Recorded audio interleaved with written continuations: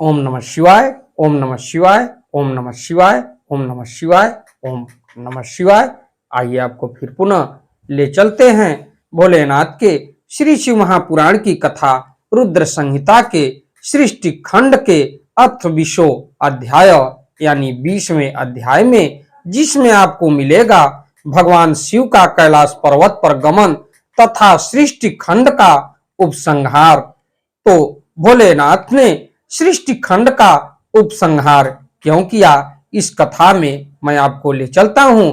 इससे पहले विघ्नों को हरने वाले भगवान गणेश और विद्या की प्रदायिनी मां सरस्वती के श्री चरणों में शीश नवाते हुए विनम्र निवेदन करूंगा कि हमारे देश संसार में जहां भी भोलेनाथ के श्री शिव महापुराण की कथा हो रही हो, उसे संपन्न करने में अपना पूर्ण योगदान दें। उसके साथ साथ हमारे ऊपर भी अपनी कृपा बनाए रखें कि मैं अपने मुखार बिंदु से भोलेनाथ के श्री शिव महापुराण की कथा को जो भी शिव भक्त प्रेमी हैं उनके तक पहुंचाने का पूर्ण प्रयास करूं और इस कथा को सुन के अपने पुण्य के भागी बने। तो ओम श्री शांब शिवाय नमः, ओम श्री गणेशाय नमः। त्वमेव माता च पिता त्वमेव, त्वमेव बंधुश्च सखा त्वमेव, त्वमेव विद्या द्रविणम त्वमेव, त्वमेव सर्वम मम देव देव।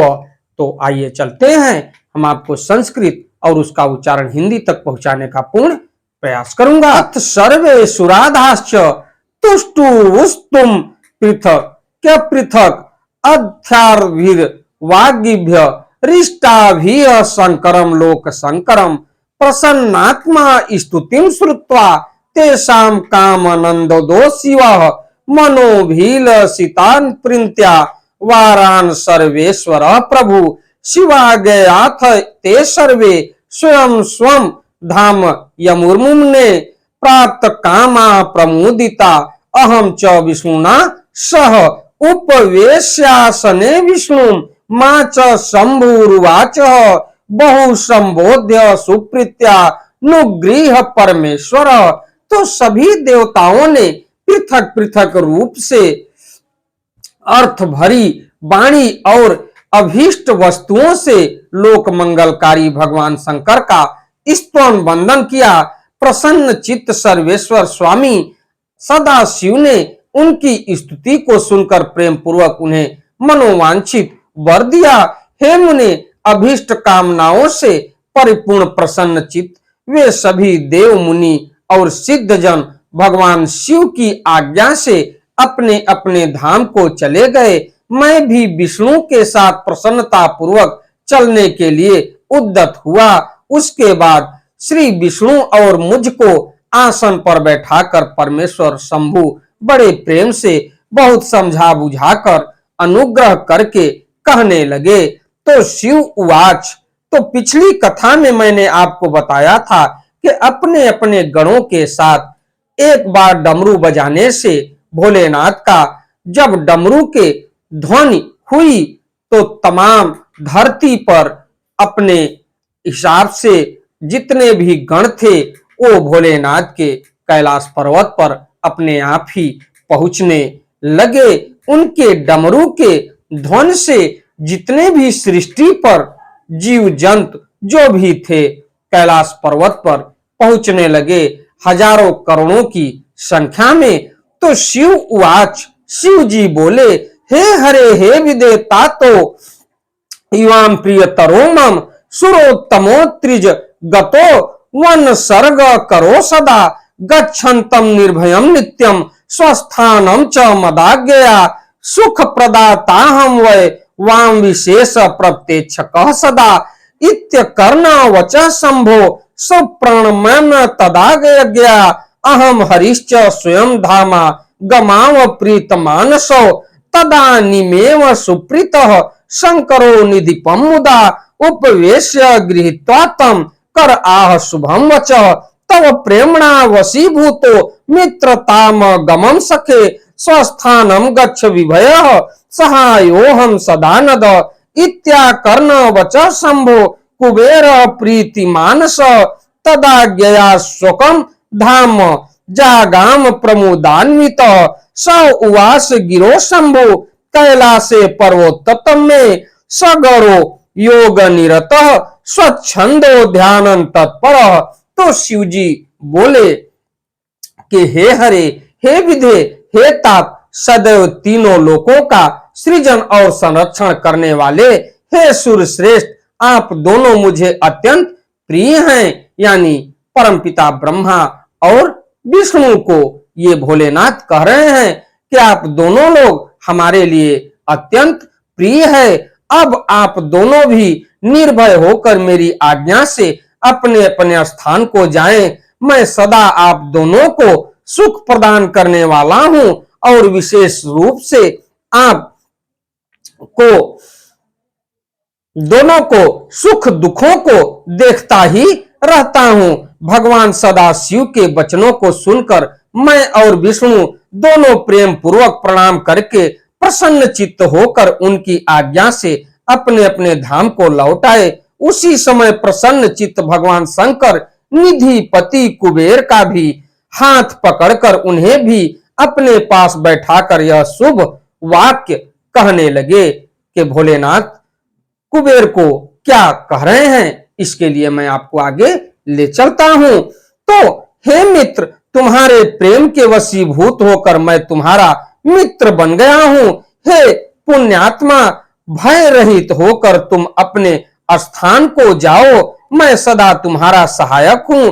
भगवान शंभु के इस वचन को सुनकर प्रसन्न चित्त कुबेर उनकी आज्ञा से प्रसन्नता पूर्वक अपने धाम को चले गए और योग परायण सब प्रकार से स्वच्छंद तथा सदा ध्यान मग्न रहने वाले भगवान शिव अपने गणों के साथ उस पर्वत श्रेष्ठ कैलाश पर निवास करने लगे।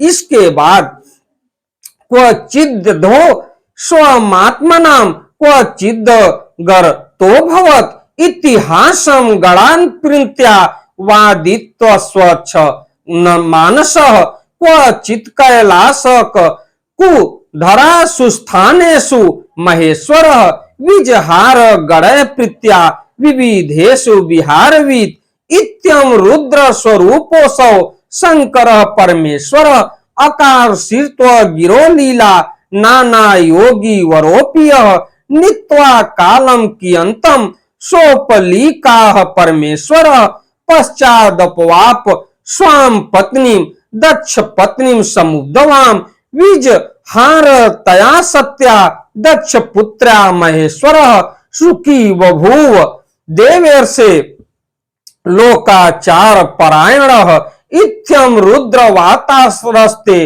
वणितोहम मुनीश्वर कैलास गमनम चास्य सखित्वम निधि पश्य ही तदंतर्गत लीलापि वणिता ज्ञान वृद्धिर्निनी इहा मूत्र चया नित्यम सर्व काम फलप्रदा इमाम कथाम पठेदस्तु शृणुयाद्या समाहित इह भुक्तिम समासाद्य लभेन मुक्तिम परत्रस। तो उसके बाद वो कुबेर को भी आदेश दिए कि अपने धाम को आप चले जाइए और हमारे प्रति आप हमारे मित्र हैं, हम आपके सारे सुख दुख में सहयोग करेंगे। उसके बाद वो स्वतः अपने कैलाश पर्वत पर अपने गणों के साथ चले गए। तो कभी वे अपने आत्म स्वरूप ब्रह्म का चिंतन करते थे, कभी योग में तल्लीन रहते थे, कभी स्वच्छंद मन से प्रेम पूर्वक अपने गणों को इतिहास सुनाते थे और कभी विहार करने में चतुर भगवान महेश्वर अपने गणों के साथ कैलाश पर्वत की टेढ़ी मेढ़ी उबड़ खाबड़ गुफाओं तथा कंदराओं में और अनेक सुरम्य स्थानों पर प्रसन्न चित्त होकर विचरण करते थे।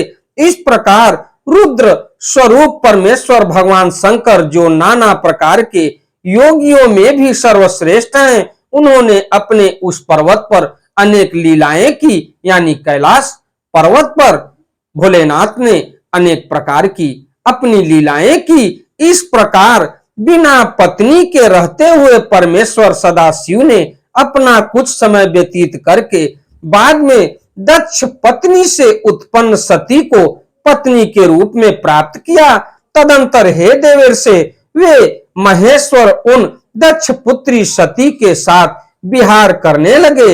इस प्रकार सती के साथ पति रूप में लोकाचार परायण रहते हुए वे बहुत ही सुखी थे। हे मुनीश्वर, इस प्रकार मैंने आपको रुद्र के अवतार का वर्णन कर दिया है। मैंने उनके कैलाश आगमन और कुबेर के साथ उनकी मित्रता का प्रसंग भी कह दिया है। कैलाश के अंतर्गत होने वाली उनकी ज्ञानवर्धिनी लीला का भी वर्णन कर दिया है, जो इस लोक और परलोक में सदैव सभी मनोवांछित फलों को प्रदान करने वाली है। जो एकाग्र चित्त होके इस कथा को सम्यक रूप से पढ़ता और सुनता है, अथवा वह इस लोक में सुख भोग कर परलोक में मुक्ति प्राप्त करता है। इस प्रकार इति श्री शिव महापुराणे द्वितीयायाम रुद्र संहितायाम प्रथम खंडे सृष्टुपाख्याने कैलासोपाख्याने शिवस्य कैलाश गमनम नाम विश्व अध्याय। इस प्रकार श्री शिव महापुराण के अंतर्गत द्वितीय रुद्र संहिता के प्रथम खंड में श्रेष्ठ उपाख्यान के कैलाश सोपाख्यान में शिव कैलाश गमन नामक 20वां अध्याय पूर्ण हुआ। इति श्री शिव महापुराणे द्वितीय रुद्र संहितायाम प्रथम सृष्टि खंडम समाप्तम। तो आपको अगली कथा में मैं ले चलूंगा श्री शिव महापुराण के द्वितीयायाम रुद्र संहितायाम द्वितीय सती खंड अथ प्रथमो अध्याय में, जिसमें आपको मिलेगा सती चरित्र वर्णन, दक्ष यज्ञ विध्वंस का संक्षिप्त वृत्तांत तथा सती का पार्वती रूप में हिमालय के यहाँ जन्म लेना। ये कथा बड़ी रोचक है और बड़ी महत्वपूर्ण कथा है कि माता पार्वती सती चरित्र का वर्णन क्यों वो सती हुई और उनके चरित्रों का वर्णन इस कथा में मिलेगा। तो मैं अगली कथा में आपसे मैं मिलता हूं, अपने चैनल के माध्यम से, अपने वीडियो के माध्यम से, अपने वाणी के माध्यम से। हमारी कथा आपको अच्छी लगे तो वीडियो को लाइक करिए, शेयर करिए, चैनल को सब्सक्राइब करिए, बेल आइकन दबाना न भूलिए, जिससे हमारी कोई भी महत्वपूर्ण धार्मिक वीडियो आप तक शीघ्र पहुंचे। आपका दिन मंगलमय हो। भोलेनाथ की कृपा सदैव उनके ऊपर बनी रहे जो हमारे भोलेनाथ के श्री शिव महापुराण की कथाओं को सुनते हैं। उनके ऊपर भोलेनाथ की कृपा बनी रहे, उनके ऊपर किसी भी प्रकार का कष्ट ना आवे। तो चलते चलते एक बार प्रेम से बोलिए श्री शिवाय नमस्तुभ्यम, श्री शिवाय नमस्तुभ्यम, श्री शिवाय नमस्तुभ्यम, श्री शिवाय नमस्तुभ्यम, श्री शिवाय नमस्तुभ्यम।